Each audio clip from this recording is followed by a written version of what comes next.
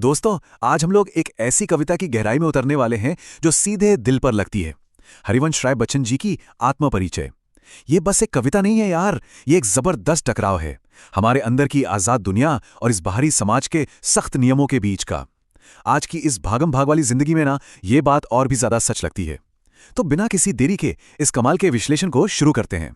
एक बात सोचिए, जिंदगी में इतनी टेंशन है, दुनिया भर का बोझ कंधों पर है, फिर भी कोई अपना दिल प्यार से भरा कैसे रख सकता है?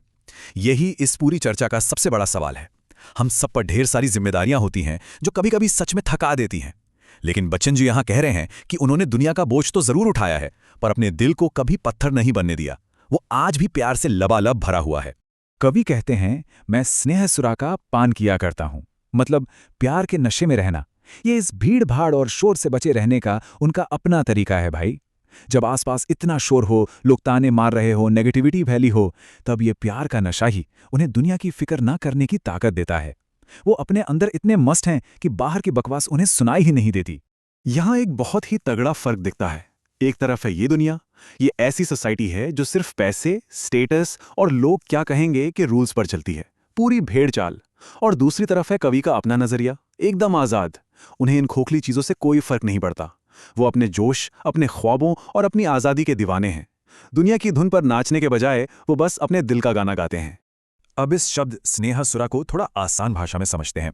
ये कोई आम मदिरा या शराब नहीं है, ये एक रूपक है अंदर की खुशी और जोश में पूरी तरह डूबे होने का।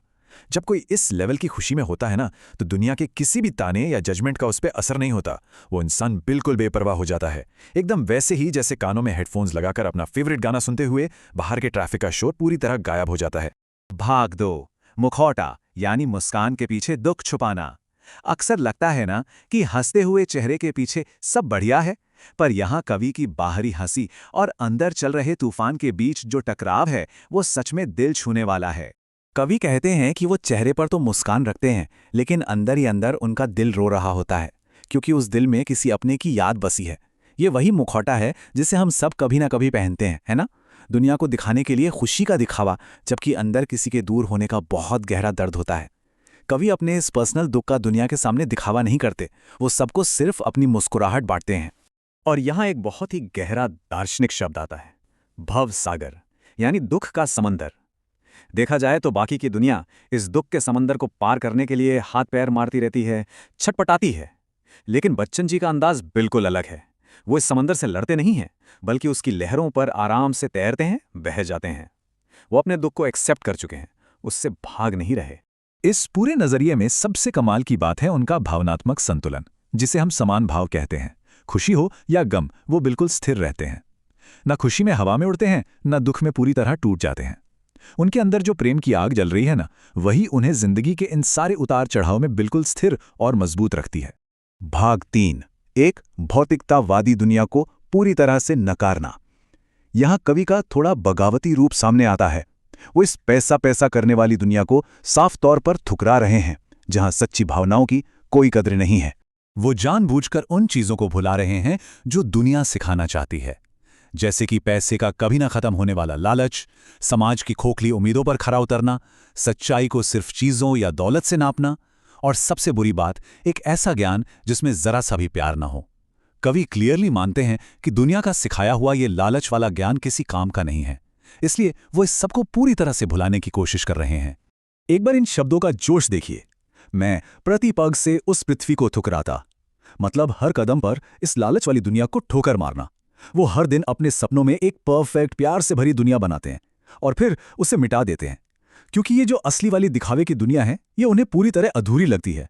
ये उनका अपना बेबाक तरीका है इस झूठी दुनिया को ठुकराने का। यहाँ एक बहुत ही सुंदर रूपक इस्तेमाल किया गया है। एक तरफ है राजा महाराजाओं के आलीशान महल, बहुत अमीर पर अंदर से एकदम खोखले और प्यार से खाली, और दूसरी तरफ है कवि के दिल का टूटा हुआ खंडर। बेशक वो बिखर चुका है, लेकिन उसमें आज भी बेपनाह प्यार भरा है। और सचमुच एक टूटा हुआ दिल जिसमें सच्चा प्यार हो, वो इन अमीर और घमंडी महलों से 1000 गुना बेहतर होता है। भाग 4 पर आते हैं, एक कवि के रूप में गलत समझा जाना। इस पूरी बात में एक बहुत बड़ी विडंबना छिपी है। कवि समझते हैं कि दुनिया उनकी असली फीलिंग को पकड़ ही नहीं पा रही, बल्कि उनके गहरे दर्द को सिर्फ एक मनोरंजन के तौर पर देख रही है। इन दिल छूने वाली लाइंस को जरा ध्यान से सुनिए।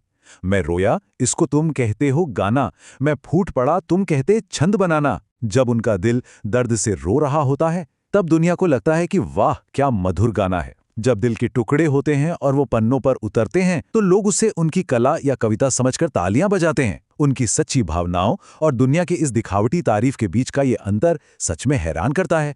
तो यहाँ एक दिलचस्प सवाल खड़ा होता है, आखिर ये दुनिया उन्हें जिद करके सिर्फ एक कवि के लेबल में क्यों फिट करना चाहती है? लोग उनकी सच्ची पहचान को देखने से इनकार क्यों कर देते हैं? समाज क्यों उन्हें बस शब्दों का जादूगर मानकर छोड़ देता है, जबकि उनकी एक एक लाइन उनके टूटे हुए दिल और सच्चे अनुभवों का नतीजा है? आखिरी भाग 5, खुशी और सच्ची पहचान का संदेश। पिछला सवाल हमें इस चर्चा के सबसे प्रेरणादायक हिस्से की तरफ ले जाता है। यहाँ कवि दुनिया के दिए गए सारे लेबल्स को उखाड़कर फेंक देते हैं और अपनी पहचान को पूरी तरह से अपनी शर्तों पर वापस हासिल करते हैं। एक जोशीला शब्द देखिए यहाँ, दीवाना। ये कोई मजाक नहीं है, ये उनका खुद को दिया गया टाइटल है। वो बेबाक होकर कहते हैं, मैं दुनिया का हूं एक नया दीवाना।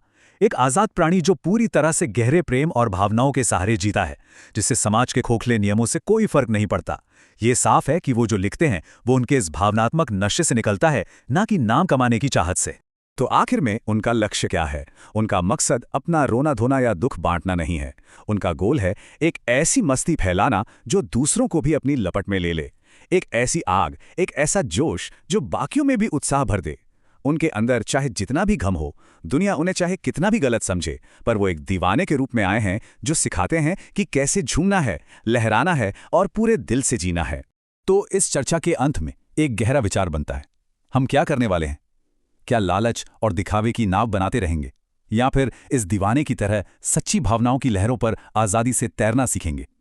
क्या हम समाज के दबाव में ही जिंदगी गुजार देंगे, या फिर अपनी अंदर की आज़ादी को चुनकर एक मस्त मौला जिंदगी जिएंगे? ये फैसला आखिरकार हमें खुद के लिए करना है। इस ज़बरदस्त सफ़र में हमारे साथ बने रहने के लिए बहुत बहुत शुक्रिया। बस अपने अंदर की स्नेहा सुरा को हमेशा जिंदा रखिएगा।